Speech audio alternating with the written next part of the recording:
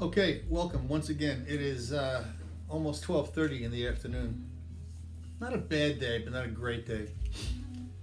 Anyway, I hope you're all well. I hope everybody around you is well and staying safe, and you're washing your hands and the whole bit. I hope this all gets cleared up soon and we'll get back to normal. In the meantime, as always, here we are. You should be thinking about your next paper.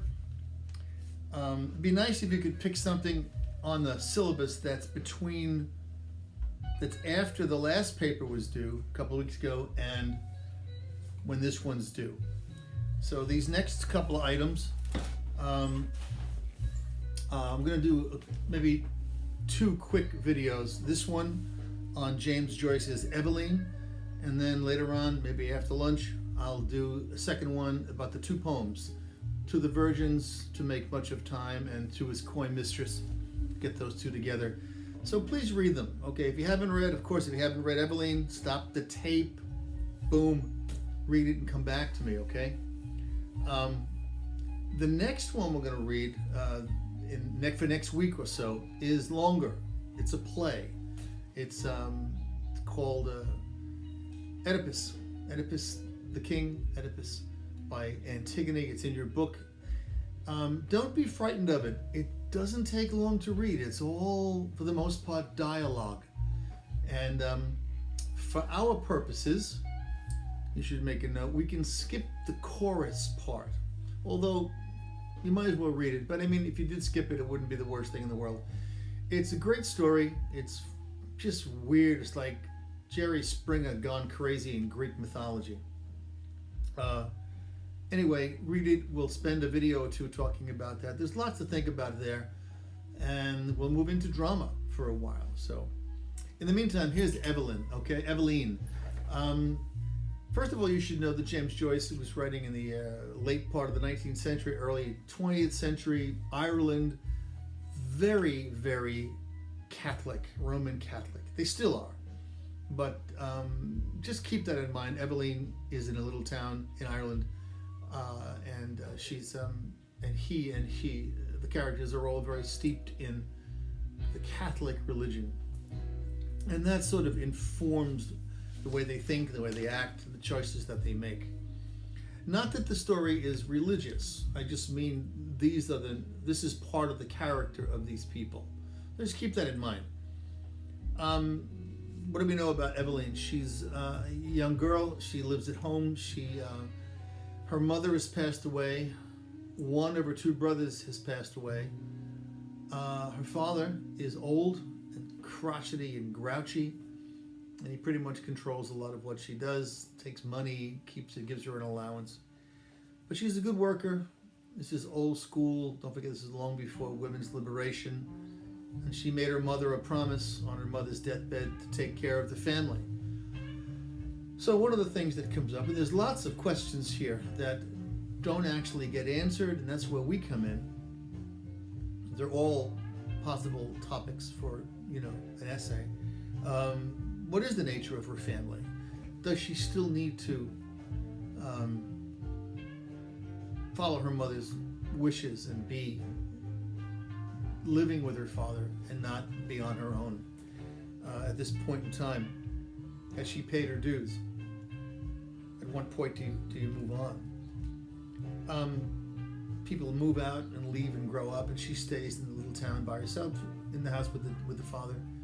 And life sort of kind of goes on around her, if you will. And here's where Frank comes in. And again, I don't remember if we talked much about this in class, but Frank, again, if you look at a lot of these stories with characters that represent things, not every story does that, but a lot of these short stories do.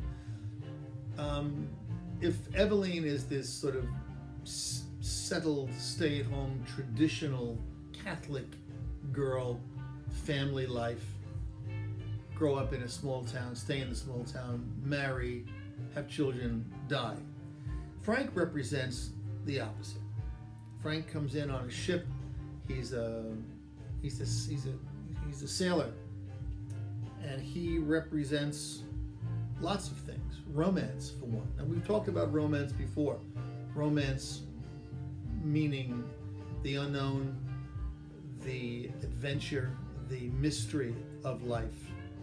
He's the beatnik, he's the bohemian, he's the one that has another lifestyle. And they sort of hook up and have a grand time. He takes her to the movies and sees movies of other places like France and England and other countries and she's mesmerized by these people who have other lifestyles, by being free, listening to jazz and all that wonderful stuff.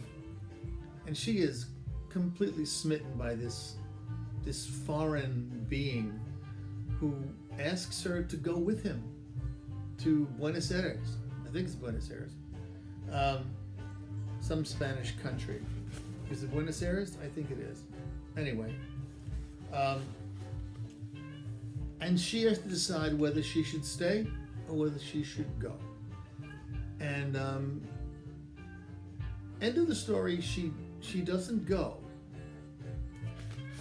But what we should thinking about as readers is, well, number one, do you think she should have gone? And why do you think she should have gone? Or some of you may think, no, she shouldn't. She should stay. She had an obligation. Don't go. But that's for us to decide. What's interesting to note at the end of the story is because of the way it's described, and you should read the end of the story. She's there, she's looking, he's beckoning her to come onto the ship, and she grips the railing and she doesn't move. And so, and this is a matter of language now, and since we are an English class, we're talking about language. Has Eveline decided to stay, to make that choice, I'm going to stay, or has she decided not to go? And I think those are two very different things. Deciding to stay means I've got a reason to be here on some level, whatever that may be, their father, her life, her job, her community, her home, Ireland, or I've decided I'm not going to go, which doesn't mean that she prefers to stay, but this place to go with this man to Buenos Aires, where she will be in a foreign country, not being able to speak the language, is not what she decided for. So there's a very, very subtle distinction between staying and not going. You could even think about that in your own life. Last time you had to decide to go someplace or not go someplace. Did you decide, well, I just don't want to go there, or I prefer to stay home? Two very different things. In any event, if we look at the characters of Eveline, there's a number of things to consider. Number one, is she static or is she dynamic? It's a very good question in this story. And you can in some ways go either way. You could argue that she's static because she doesn't go, that she doesn't change in any significant way. Somebody else could say, well, she is dynamic because she makes a crucial decision to choose the life that she has over the life that she could have had, and that's an important decision. But she's got lots of conflicts. I mean, I have a list here of conflicts. She has the conflicts between her family responsibility and her personal responsibility. You might want to write some of these down, by the way, so grab a pen. She has the conflict between keeping or breaking a promise to her mother. Between, is the third thing, stability and change. Between the known and the unknown.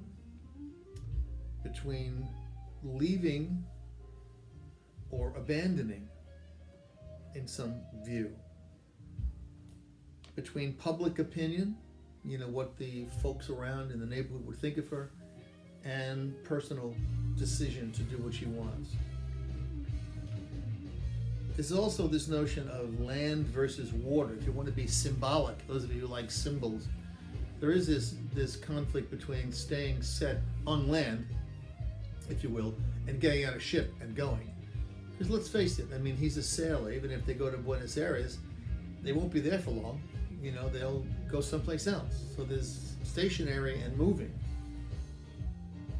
And if we do want to use the Christian aspect of things, she's got to consider her home in a Christian country to going to countries that may not be Christian.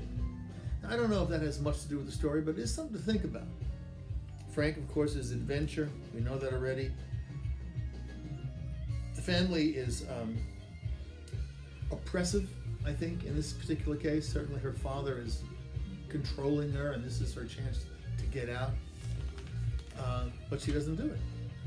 And of course, again, with the notion of the sea, the ocean, we've seen that before. In the Sick Rose, we talked about the sea, the ocean, always in flux. The sea, the ocean, always represents turmoil. You want to be off the sea. You don't want to live on the sea. The sea's something you got to get through to get to some other land. It symbolizes confusion and can certainly be dangerous and vague and disorienting. So all of these things are impacting on poor Eveline, and she's stuck having to make a decision. And again, the whole notion of whether she actually decides or not is worth thinking about. So it's an interesting story, and one of the beauties of it is that it's got so much in just a few pages. So read it again, see what you think about this girl, and whatever you decide that you think she should do, whatever advice you would give her, that could be part of your thesis, and certainly why. Why would you think that she should do this or that? That becomes your paper. It's a good way to think about it. Anyway, good story. He's not the easiest writer in the world. This is one of his more accessible stories, and a good one. So, and of course, it's relatable. I mean, just on a very simple level, those of you who decided to leave home and to go away to college. Was there any conflict there? Some of you probably thought, oh God, I can't wait to get away. Some of you may think, this is going to be tough. And some of you decided, nope, I can't do it. I prefer to stay at home. It's not exactly as intense as what Eveline has to go through, but there's a relatable aspect to this in lots of things. Moving, traveling, just things like that. So, try to think of it as, imagine you were Eveline, what would you do, considering her circumstances? So there's Eveline. We'll get to the poetry in the next video. Peace, everybody.